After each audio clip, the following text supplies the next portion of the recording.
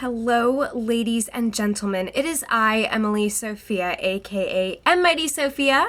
Happy Halloween, and welcome to my review of Season 1, Episode 5 of Westworld. We are on the episode that is entitled Contrapasso, which means retaliation in Italian, just in case y'all didn't know that. So, spoiler alert, before I dive into the mad thick of things, as I shall be endeavoring to bear all in this review, I'm sure you might have noticed that this video is coming up a little bit later than normal, and for that, I apologize. If you couldn't tell, I've got a little infernal tickle of death in my throat from being sick, and last night I hopped onto the NyQuil train a little bit too early, so I was a bit incapacitated, but I'm now prepared to get into this review, which will probably be a little bit shorter than normal because I'm filming it before I jet off to work, but we've got some business to account for.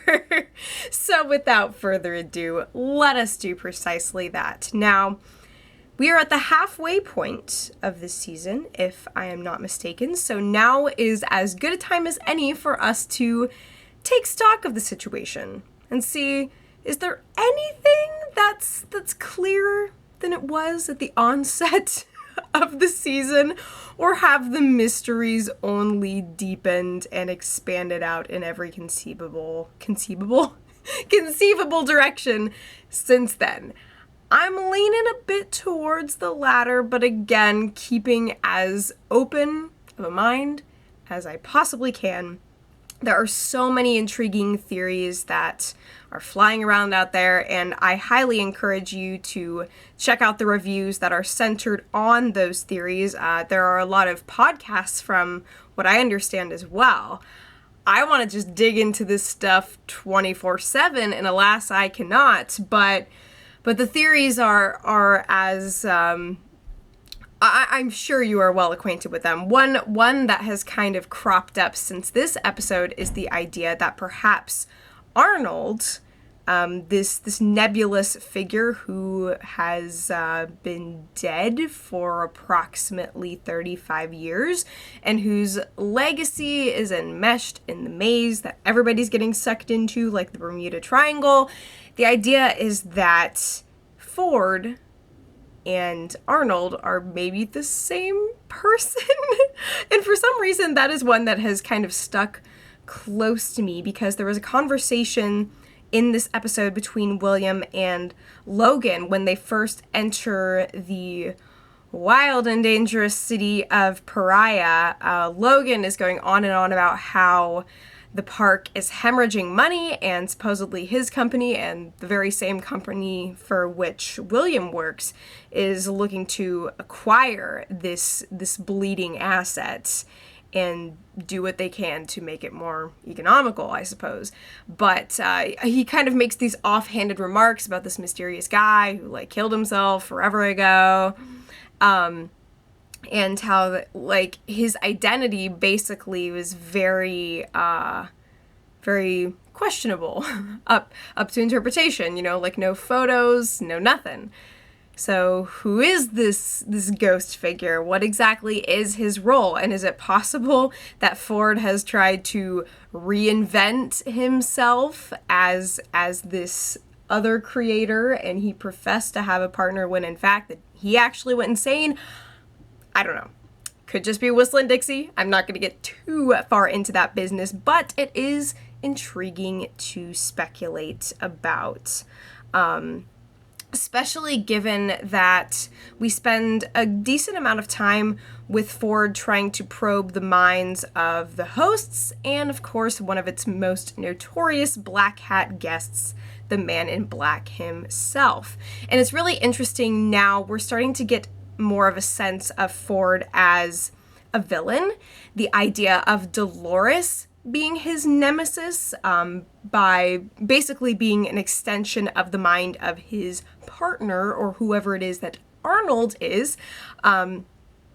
And then we also get the sense, too, that in the outside world, Ford and the man in black, who as of yet remains unnamed, the two of them seem to be rivals in some sense as well, as you could tell from the pissing match that we got towards the end of the episode with the two of them and Teddy in the bar, and the man in black is challenging Ford's storyline. He is, basically testing everything to fire, and then questioning whether or not Wyatt is going to be the one that's going to actually make this game a challenge for him. Is Wyatt going to represent an obstacle to him in his goal to reach the end of the maze? And there's this idea of purpose, and what does it mean to pursue one's purpose, and what are the dangers of doing that? And it's kind of cool how the episode basically bookended itself with that idea, because we opened things up with Ford having a conversation with old Bill about one of his saddest memories of the Greyhound that he let loose in the park, and that ended up tearing this cat to shreds because, well, basically didn't know what to do with itself once it was free and large and in charge. And now he's asking the man in black the same question of, like, what do you think you're actually going to find at the end of this thing? And it would seem to me that, of course, Ford is trying to strike fear into the heart of his adversary, when in fact perhaps there is something significant, some truth to be grasped at the end. And I really hope that we will ultimately leave this season with a surefire knowledge of who Arnold is, what his legacy is. Is he one of the characters that we've already seen? Is he his own entity? There was an interview recently published, I believe maybe even just yesterday, with Joy Nolan, one of the co-creators of the show. It's Jonathan. I want to say Christopher, but I know that would be incorrect. And she was saying, Westworld is a bit of a Russian nesting doll of reality. And I think that is such a perfect way to describe the show. And I think that it makes it a little bit more palatable and manageable when we're sitting here trying to grapple with what's really going on. We are all, as viewers, trying to get to the core nucleus of the show and what it's trying to tell us. But the truth of matters in Westworld is very much multi-layered, and at some point we are going to take off the bigger doll, get to a smaller doll, and then smaller and smaller and smaller, and ultimately we will find the very essence of the thing that everything is being hinted at. But I have no idea. Again, I am keeping an extremely open mind in the situation, but yeah, still really intrigued by the idea of Arnold being a previous incarnation of Ford himself. I don't know why. We'll see what happens. Now, another thing that's interesting about this episode, by and large, it felt kind of transitional to me, if I'm being honest. I know some people have complained about the pacing of the show, saying that it's moving too slow. Why don't we know certain things yet? But if next week's teaser is any indication of what's right around the corner, then I think we're gonna be getting places very soon. I would actually really enjoy it if the show did, like, say, for example, one episode that is focused almost exclusively at Westworld headquarters. Getting to see everything that's going on behind the scenes, because there are a lot of these characters that have been very poorly fleshed out thus far, really just because of lack of time, honestly. Characters like Teresa, for example, who I think could potentially be really interesting, but we've barely gotten to see her aside from when she's getting out of Bernard's bed or having that previous meeting with Ford. And yeah, so it'd be kind of cool if it was like, okay, this episode is in Westworld. This episode is at, the backstage, as I like to call it.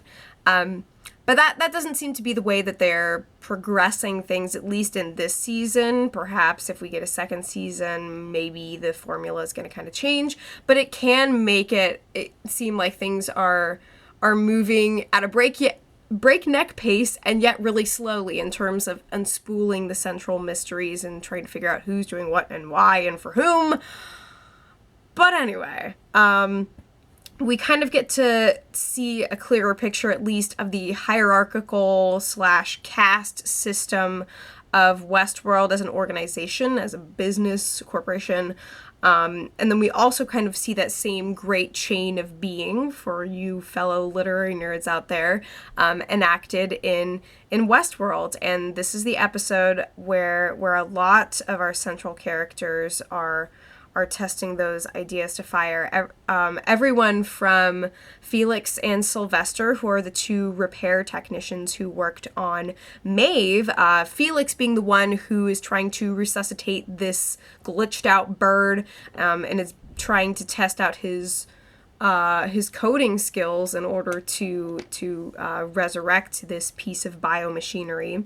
And he successfully does so by the end, but at that point is also acquainted with a fully conscious Maeve who's looking for some answers. And I gotta say, y'all best give it to her, because she has been stabbing herself in the stomach who knows how many times just to find herself here and to understand the nature of her reality. It's kind of interesting how she and Dolores are at very, very different paces in the game, and it does lead me to wonder if at some point their goals are going to converge, if they're going to find one another in the midst of this and be able to fill out the gaps in each other's knowledge. That was something I was talking about last week, and that I think would still be really cool to see. But yeah, so there does kind of seem to be this caste system in place, as far as where certain employees work, what department they can work in, what duties they can fulfill.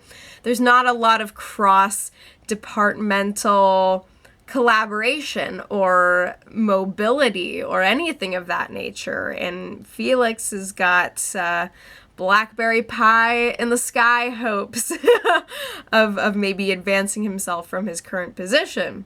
As to whether or not Maeve is going to be able to assist him in matters, I'm not sure. I think that she is out for her own interests, and deservedly so. You know, she's on a journey towards enlightenment as well. And then we see how, like, characters like William and Dolores are kind of trying to break out of their own programming.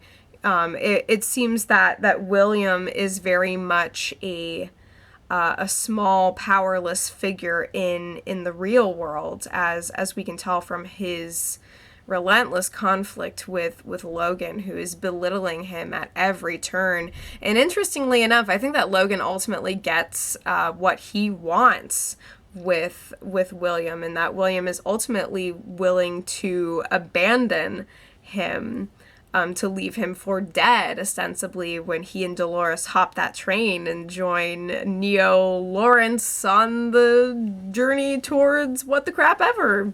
The maze, probably, because we see that that symbol imprinted on the caskets and the trains, so they're going places.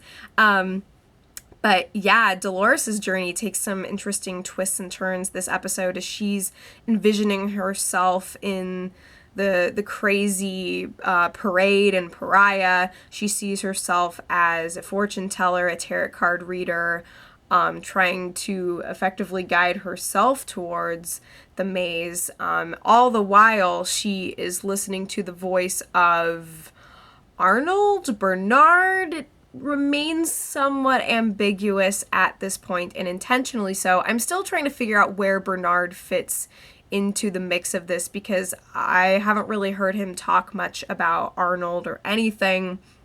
But it does seem like he's kind of trying to subvert Ford's regime. So is it like the world against Ford at this point? Does he really have any allies to speak of? I have no idea. But a man as powerful as him, nay, a god, certainly seems to warrant some kind of competition at this stage in the game.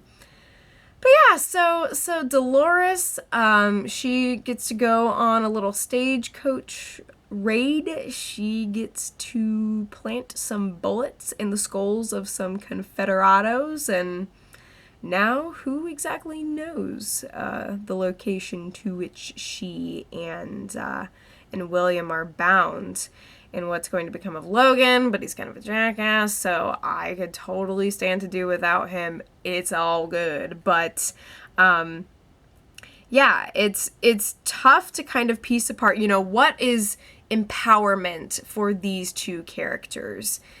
Because like I said, it really seems like Logan has manipulated Will into being the kind of person who's willing to abandon others and to go black hat. The teaser seems to suggest that that's also going to be the case, that he's going to get more in touch with his darker side as things go on. And then we see Dolores imagines for herself a narrative where she's not the damsel in distress, but at the same time, is she ultimately just being guided by this voice in her bicameral mind? What is the interplay between herself and the figure that is guiding her through and towards the maze? It's very troubling, but also really, really intriguing and engaging stuff that is certainly keeping me hungering for more. A couple other notes I want to touch on before I bring this review to a close. There's so much that I want to get into and that I sadly do not have time for in the context of this particular review. But as far as special musical numbers go, we got Something I Can Never Have by 9 Inch Nails at the Pleasure House, which I know some people are really going to want to talk about that, but I am so used to sorry, there's a jet plane that's going outside. I don't know if you can hear that. I'm so used to the way that HBO implements nudity in their shows that, for me, it's just kind of a distraction, and it's something that challenges me to look for the deeper meaning in a situation, or to see how these characters react to all this revelry that's unfolding around them. So definitely the most nudity and sexuality that we've had in one concentrated dose in this show. But again, I was so busy trying to piece together how it was affecting the characters that it honestly didn't faze me all that much. So call me crazy, but yeah, I could linger on it more, and I choose not to at this juncture. So you guys are welcome to expound upon that in the comments below.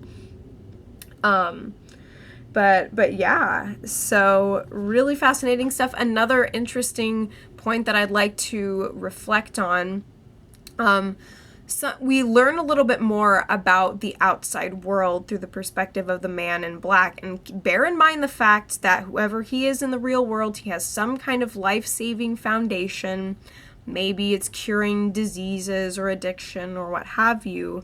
But something that he tells Teddy is that basically his humanity, his flesh and blood form was an act of cost cutting for the park. They actually used to be these intricate machines, and now basically they look just like people. And he says, well, it's supposedly to enhance the experience for the guests, but really, let's talk about about the reality here. So that was really interesting.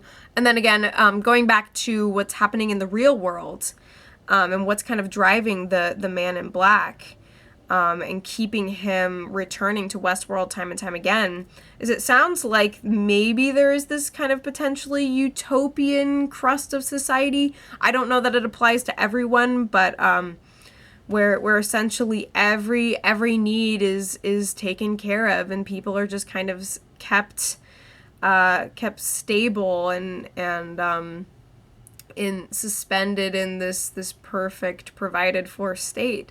And he kind of likes the struggle that is afforded by Westworld. And maybe the only way of redeeming it is destroying it. And maybe the only reason he's going Black Hat is so that he can achieve that purpose, like the Greyhounds that Ford was talking about earlier in the episode.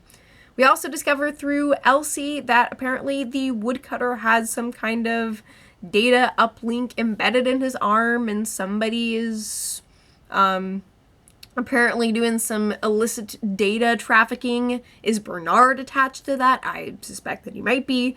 Is that an Arnold thing? I don't know.